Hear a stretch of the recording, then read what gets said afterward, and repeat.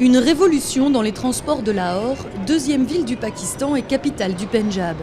Les Lahoris l'appellent le métrobus et depuis son lancement en février, il transporte sur ses couloirs dédiés plus de 120 000 passagers par jour. Fini les bouchons endémiques, les retards systématiques. Pour les Pendjabis, le gouvernement de la province a réalisé là son plus bel investissement. Il y a beaucoup de problèmes dans les transports publics. Les bus s'arrêtent 1 heure à chaque arrêt. Celui-là, il avance, s'arrête 2 minutes et ensuite il repart. Vous voyez bien le résultat. Nawaz Sharif est arrivé au pouvoir grâce à ce métrobus. Les gens l'aiment.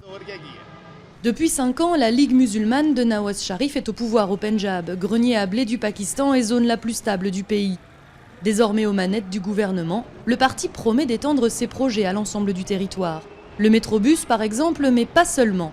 Pour lutter contre le chômage, 20 000 taxis ont été mis en service gracieusement dans la province. Chaque mois, les propriétaires remboursent une petite somme au gouvernement local sans payer d'intérêt. En matière d'éducation, la Ligue musulmane va multiplier ses écoles de la sagesse, sorte d'internat d'excellence pour les plus nécessiteux. En 5 ans, 7 écoles comme celle-ci ont ouvert leurs portes à travers le Pendjab et 3 autres sont déjà en construction. Ces écoles coûtent cher, plus de 50 millions de dollars. Pour en bénéficier, il faut faire partie des plus pauvres, moins de 2 dollars de revenus par jour. Ils doivent sentir que puisqu'ils ont cette chance, ils doivent en retour rendre à leur pays, travailler dur et faire quelque chose pour que leur famille, leur pays soient fiers d'eux.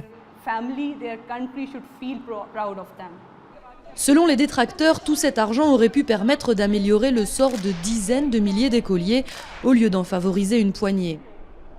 Pour étendre ce type d'investissement, le nouveau gouvernement devra absolument trouver des rentrées financières.